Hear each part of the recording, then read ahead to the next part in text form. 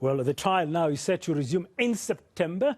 Let's bring in legal expert Zola Majavu just to give us some insights around these latest developments. Mr. Majavu, good afternoon and thank you very much for your time. Welcome to Today on eNCA. What should we make of these latest developments now with Advocate Malesela Teffo saying he's writing to the NPA so that they can drop the charges against accused numbers 1 to 4 because of this claim that apparently Senzo Meyiwa was killed under a contractual assassination?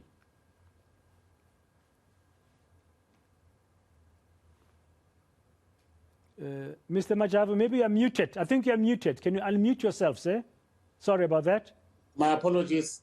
Good afternoon and good afternoon to the viewers out there. I think firstly, it is always open to any accused person to make representations to the National Director of Public Prosecutions for the simple reason that the right to institute any prosecution vests exclusively with the NPA, and so does the right to discontinue any such prosecution. What normally happens is that you make those representations before the matter commences in court. As matter stands now, this particular case is already before the High Court. Now, if Advocate Teffo were to apply or write to the NPA for whatever relief he is seeking, namely that his clients should no longer be prosecuted, it is not open to the NPA to simply accede to that request, even if they wanted to.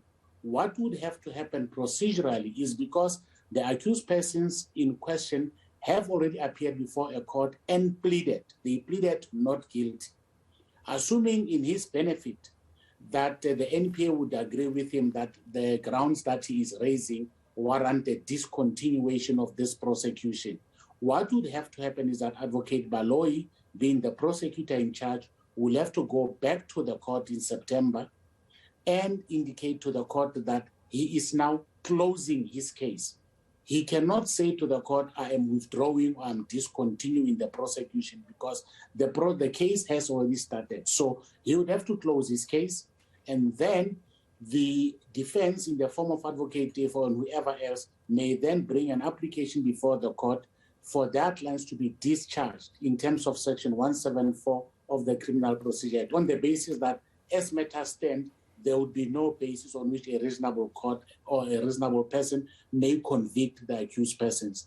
And if the judge is then so persuaded, he would then discharge those accused persons and return a not guilty verdict. So they're not going to walk out of court simply because Advocate Teffo has indicated that he'll approach the NPA, even if he were to do so successfully. But I don't see how the NPA would simply accede to that request when they themselves took a conscious decision to prosecute this matter and put the accused persons before court. Whether they're the right batch of accused persons or not is for Judge Maumela to decide in the fullness of time once he has heard all the evidence.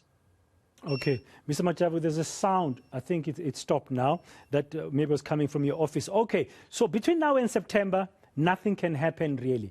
The only occasion where a possible discharge of accused number 1 to 4 can happen is if the NPA, the prosecutor Baloyi, goes to court and he says that I'm ending here now. He cannot just say I'm ending here. He will then have to say I am formally closing the state's case. And once the state's case has been closed, it is then open to the defense to bring a formal application for a discharge. So it doesn't just end there and then these guys walk out of the court. It's a formalized process. Yes. So the anomaly, therefore, would be why wouldn't Advocate Teffo have brought this before the trial started? Why now? Would it be because maybe the knowledge came after? It could possibly be in fairness to him. However, it is not something that would have been proper for him to talk about in public until such time that the NPA one has made its decision regarding his representations. It's not even an application. You don't apply to the NPA. You make a formal application before the court. You make representations to the NPA at any stage, depending on when he got to have knowledge of these things that he says prompted him to take the step that he did. But quite frankly, it has to go before the same court in which the affected clients of his had formally tendered a not guilty plea. And it is ultimately Judge Maumela who will then make a decision regarding their freedom or the opposite thereof. So it is really of no moment to be saying these things in the public domain. But I do respect that as a colleague, he's acting on instructions and they opted to go the route that they did. But nothing will happen between now and September, I can assure you. Come September, chances of a success, because already Advocate Teffo is showing his hand where he's headed. I don't know. Personally, as a practitioner myself, with respect, I think it's a lapse of diplomacy. Because at the end of the day, it is the prosecutorial authorities that have the discretion to arraign whoever. And at the end of the day, whether they prosecute that person successful or not, it's a matter that will be determined on the assessment of the evidence so found to have been proven before a court of law. So all that is going to happen is Advocate Baloyi may possibly stand up and say the NDDP has declined the representations and it's business as usual, let's proceed.